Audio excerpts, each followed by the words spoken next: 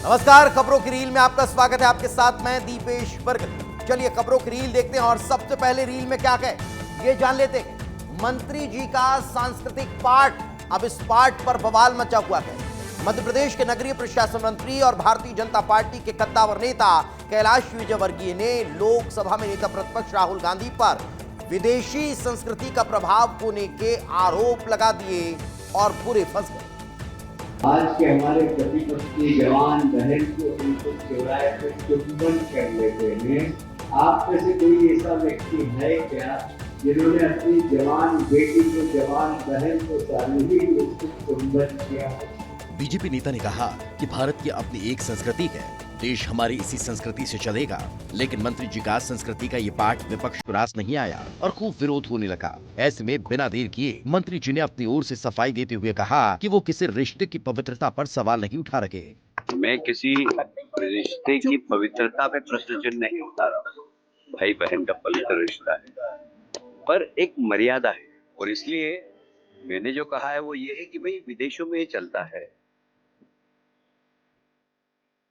दरअसल भारत जोड़ो यात्रा के दौरान लोकसभा में नेता प्रतिपक्ष राहुल गांधी और कांग्रेस के नेता ने अपनी बहन को सार्वजनिक मंच पर किस कर दिया था। राहुल गांधी के इस वाकया की आज खूब चर्चा हो रही है, क्योंकि मंत्री कैलाश विजयवर्गीय ने इसे विदेश की संस्कृति से जोड़ दिया है, तो विपक्ष ने उनकी मानसिकता पर सवाल खड़े कर दिए।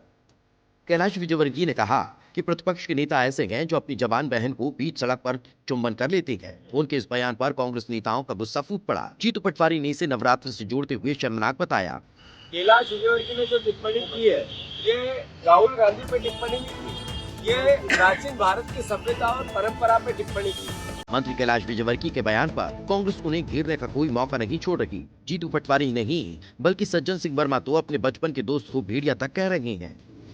कैलाश मेरा बहुत अच्छा दोस्त है, पर ये भेड़ी है, ये बीजेपी में छुपे हुए भेड़ी है।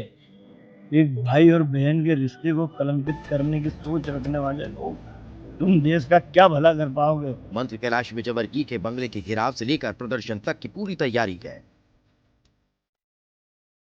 अगली रील बरेली से आपको बता देते हैं, जहां पर आई लव मोहम्मद पोस्टर विवाद को लेकर जुमे की नमाज के बाद तनावपूर्ण स्थिति बन गई। सैकड़ों लोग पोस्टर और बैनर लेकर सड़कों पर उतर आए और मौलाना तौकीर रजा के आह्वान पर प्रदर्शन करने लगे।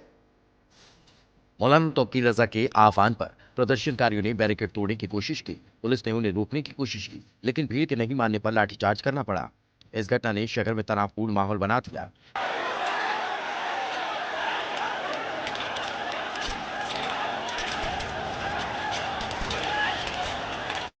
दरअसल मौलाना तौकीर रजा खान ने शुक्रवार को इस्लामिक इंटर कॉलेज में आई लव मोहम्मद पोस्टर के समर्थन में प्रदर्शन का आह्वान किया था। प्रदर्शन को देखते हुए पुलिस ने सुरक्षा के व्यापक इंतजाम किए थे। 6000 से अधिक जवानों की तैनाती और बरेली के चप्पे चप्पे पर निगरानी की जा रही थी, जिसे देखते हुए मौलाना ने आखिरी समय पर प्रदर्शन निरस्त कर दिया। बरेली पुलिस की तैयारी देख खौफ में आए मौलाना ने प्रदर्शन टाल दिया और कहा कि अब वे राष्ट्रपति को ज्ञापन सौंपेंगे। उत्तर प्रदेश के कुछ शहरों में आई लव मोहम्मद और उसके जवाब में लगाए गए आई लव महादेव के पोस्टर ने नया विवाद खड़ा कर दिया है। कानपुर से शुरू हुआ यह मामला उत्तर प्रदेश, उत्तराखंड, गुजरात को होते हुए मध्य प्रदेश भी जा पहुंचा। तस्वीरें राजधानी भोपाल की हैं, जहां जुमे की नमाज को शांति के साथ अदा की गई, लेकिन बाहर आई लव मोहम्मद के पोस्टर दिखाई दिए। ये नजारा एशिया की सबसे बड़ी मस्जिद तज उल मस्जिद के बाहर का है। राजधानी भोपाल में नमाज अदा करके लौट रहे लोगों ने अपनी बाइक्स पर आई लव मोहम्मद के स्टिकर्स लगाए। ये पूरे शहर में चलाए जा रहे मोहम्मद कैंपेन का हिस्सा है।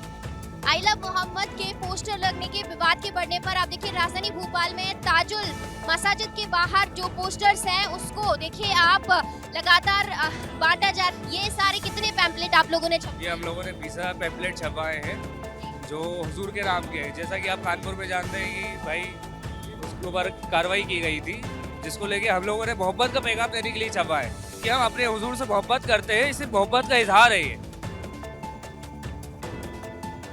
तो एक तरफ देश में आई लव मोहम्मद का कैंपेन चल रहा है, वहीं दूसरी तरफ साधु संत इन पोस्टर्स का जवाब आई लव महाकाल के पोस्टर के जरिए दे रहे हैं। राजधानी भोपाल में भी कुछ इसी तरह का माहौल देखने को मिला।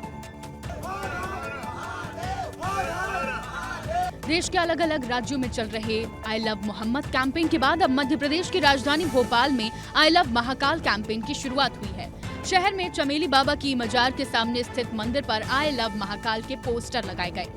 देखिए, हमारा सनातन धर्म सबसे प्राचीन धर्मों से एक है और हम भगवान श्री महाकाल जी हमारे आराध्य हैं, तो हम अपना आज यहाँ पे भगवान जी के प्रति प्रेम भी ज्ञापित कर रहे हैं और अपना जो भावना है वो भी अपनी भावनाएं भगवान को बताने का काम कर रहे हैं। इस अभियान की शुरुआत जागृत हिंदू मंच ने की है। जागृत हिंदू मंच के दुर्गेश केसवानी ने कहा कि जागृत हिंदू मंच के माध्यम से हम ये कैंपेन चला रहे हैं, यह आई लव मोहम्मद के खिलाफ नहीं है।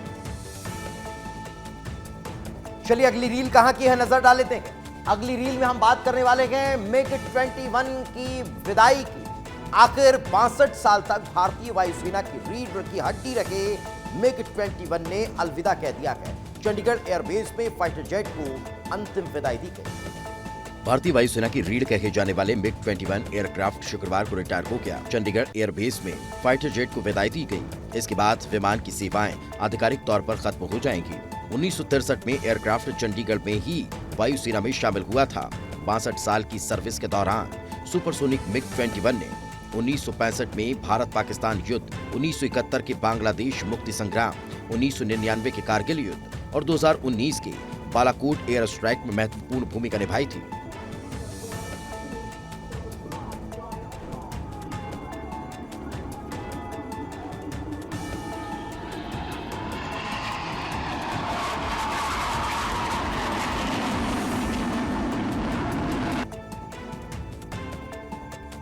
आपने विपक्ष को सरकार की योजनाओं पर सवाल खड़े करते हुए तो कई बार सुना होगा, लेकिन अब ये मामला उल्टा पड़ गया और बीजेपी के विधायक ही सरकार की योजना को लेकर विवादित बयान देने में घिर गए।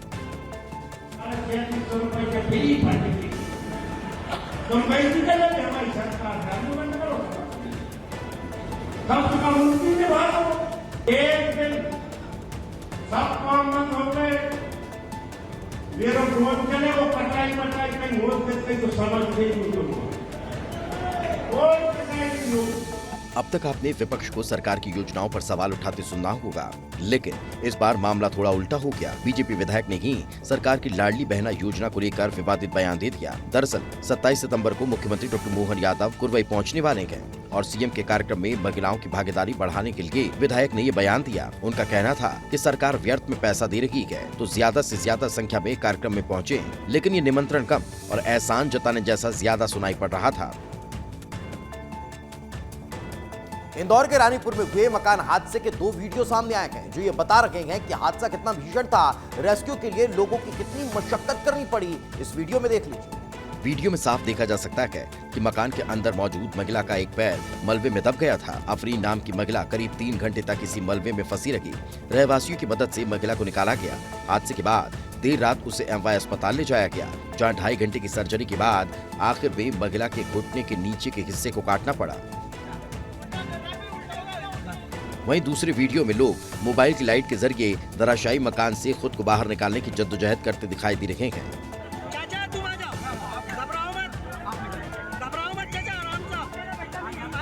यह हादसा 22 सितंबर की रात 9 बजे हुआ था, जब 3 मंजिला मकान अचानक भरभरा कर गिर पड़ा। हादसे में 14 लोगों का रेस्क्यू किया गया था, जिसमें 2 लोगों ने दम तोड़ दिया। गुजरात में गरबा महोत्सव चल रहा है, जिसमें एक युवक को पुलिस ने गिरफ्तार कर लिया क्योंकि युवक वीवीआईपी सेक्शन में बिना एंट्री पास के एंट्री कर रहा था और खुद को अधिकारी बता रहा था।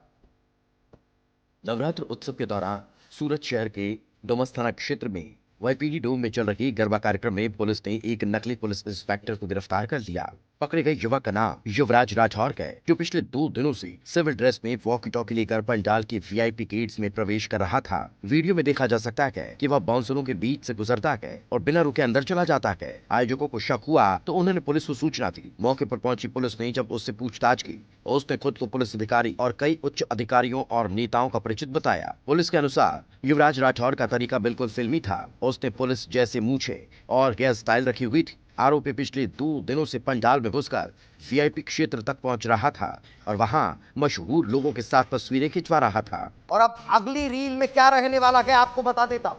अगली रील नक्सलवाद पर प्रहार की। छत्तीसगढ़ में नक्सलवाद के खिलाफ निर्णायक लड़ाई चल रही है। गृह मंत्री विजय शर्मा ने साफ कह दिया है कि नक्सलवाद को तय समय पर खत्म कर दिया जाएगा। छत्तीसगढ़ में नक्सलवाद के खिलाफ अंतिम लड़ाई तेज हो चुकी है। गृह मंत्री विजय शर्मा ने ऐलान किया कि नक्सलवाद को तय समय पर पूरी तरह से खत्म कर दिया जाएगा। गृह मंत्री ने कहा कि बस्तर के लोग अब नक्सलवाद नहीं बल्कि शांति और विकास चाहते हैं। बड़ी संख्या में नक्सलियों ने आत्मसमर्पण किया है और जो बचे गए उन पर लगातार कार्रवाई हो रही है। समापन है नक्सलिज्म का अब छत्तीसगढ़ में।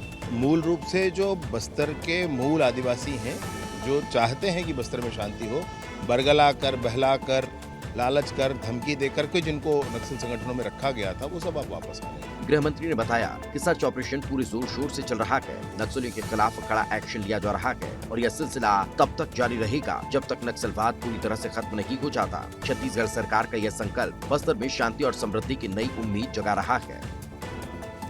वहीं बात एक और रील की कर लेते हैं। राजधानी रायपुर में एसआईए की सतर्कता से नक्सली हमले की बड़ी साजिश नाकाम हो गई। एसआईए ने राजधानी रायपुर के चंगुरभाटा इलाके से नक्सली दंपत्ति को गिरफ्तार कर लिया।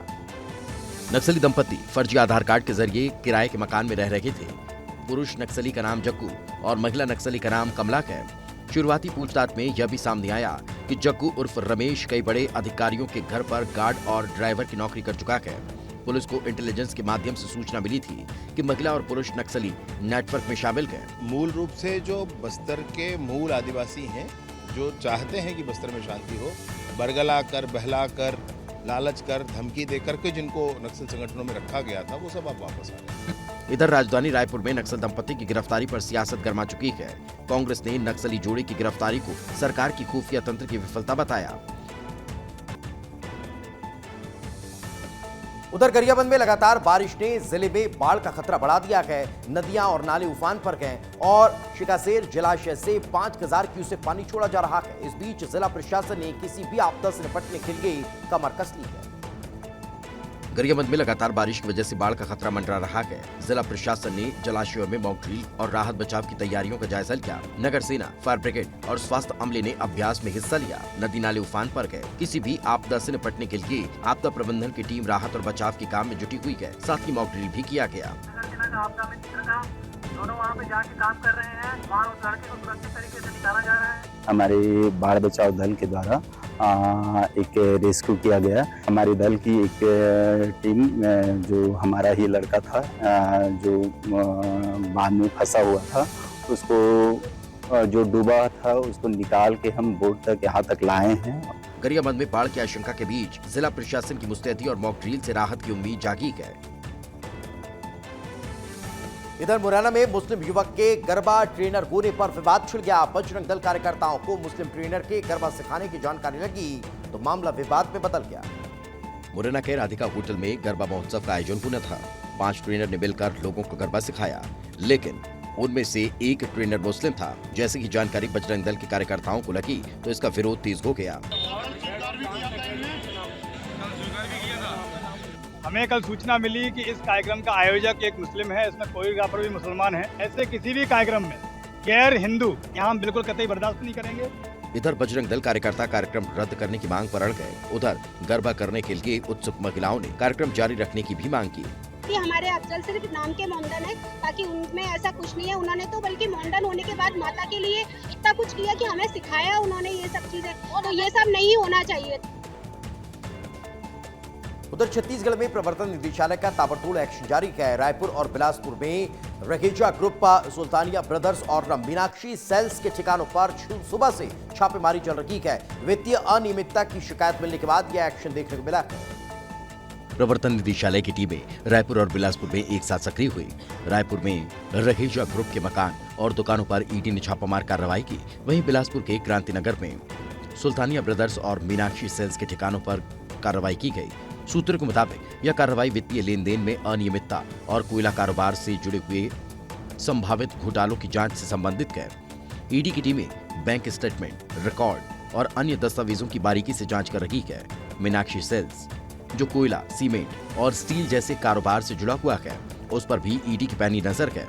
बिलासपुर में सुल्तानिया परिवार के आवासीय और कारोबारी ठिकानों पर सुबह से की तलाशी की जा रही है। इस कार्रवाई में दोनों शहरों में सनसनी फैल गई और व्यापार जगत में चर्चाओं का दौर शुरू हो गया। और चलिए अगली रील क्या है वो देख लेते हैं। अगली रील में बात करने वाले हैं हाट पर खाकी की। कहां का मामला है? नींद भी भाई साहब बड़ी बुरी चीज होती है। गलत समय पर गलत जगह पर आ जाए तो लेने के देने पड़ जाते हैं। ग्वालियर की खबर है, माधोगंज थाने में एक वर्दीधारी ड्यूटी के दौरान सोते हुए पकड़े गए।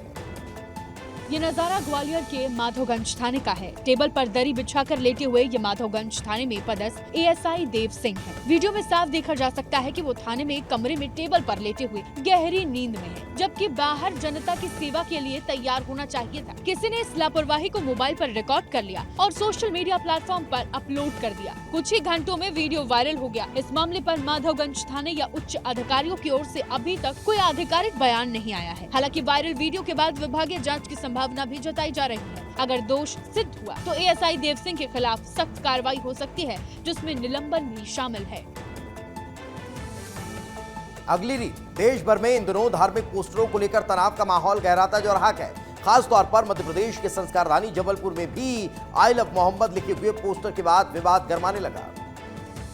ये पोस्टर शहर के कई हिस्सों में लगाए गए हैं, जिसके बाद हिंदू संगठनों ने जवाबी कार्रवाई में आई लव श्री राम और आई लव महाकाल जैसे पोस्टर लगाकर अपनी प्रतिक्रिया जाहिर की है।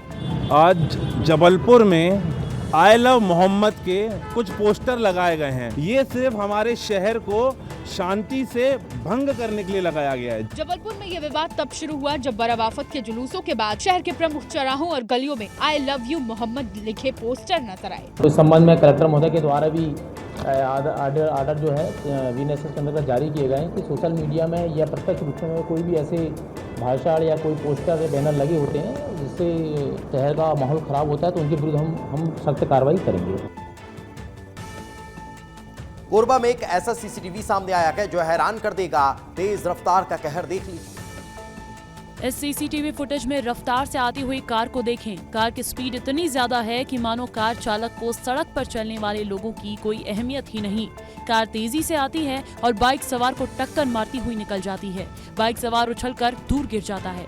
कोरबा के कटघोरा थाना क्षेत्र में गुरुवार शाम सड़क हादसा हुआ। एक तेज रफ्तार कार ने सड़क पर जा रही बाइक को पीछे से टक्कर मार दी। कार ड्राइवर कंट्रोल खो बैठा और बाइक सवार को जोरदार धक्का लगा। बाइक सवार हवा में उछलकर सड़क पर गिर पड़ा।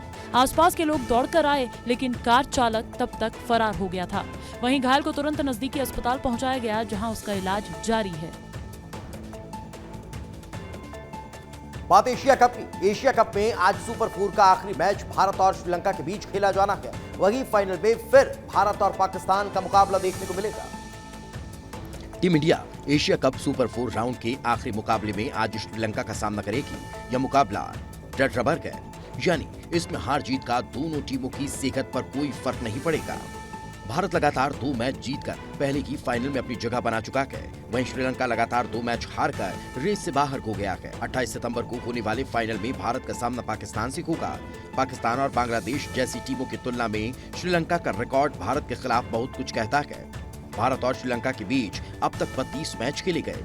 इसमें भारतीय टीम ने 21 और श्रीलंका ने 9 मैच जीते हैं। इस टूर्नामेंट में भारत के नाम अब तक 48 जीत गए।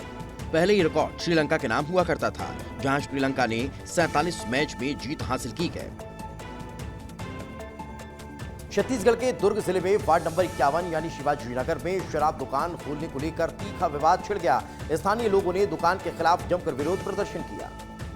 दुर्ग में वार्ड नंबर 51 में शिवाजी नगर में शराब दुकान खोलने को लेकर विवाद हो गया। दरअसल शराब दुकान में शराब और अन्य सामग्री पहुंच चुकी थी, लेकिन जैसे ही लोगों को जानकारी मिली, भारी संख्या में लोग इकट्ठा हो गए और दुकान खोलने का विरोध करने लगे। हम लोग का विरोध का तो सारा कारण यही है कि हम लोग रेसिडेंशियल जगह में क्यों ये खुल रहा है। हमारे छोटे छोटे बच्चे, हमारा स्कूल नजदीक, ये बच्चे कैसे जाएंगे? कल जाके वो घर से पैसा लेंगे और बोलेंगे हम यही खरीद लें, क्योंकि वो वही देखेंगे। हम लोग इस चीज से दूर रख रहे हैं। महिलाएं गैस सिलेंडर और चूल्हा लेकर खाना बनाने की तैयारी कर रही हैं। वहीं भजन कीर्तन कर माहौल को शांतिपूर्ण ढंग से विरोध का रूप दिया जाने लगा। और चलिए इसी के साथ खबरों की रील में फिलहाल इतना।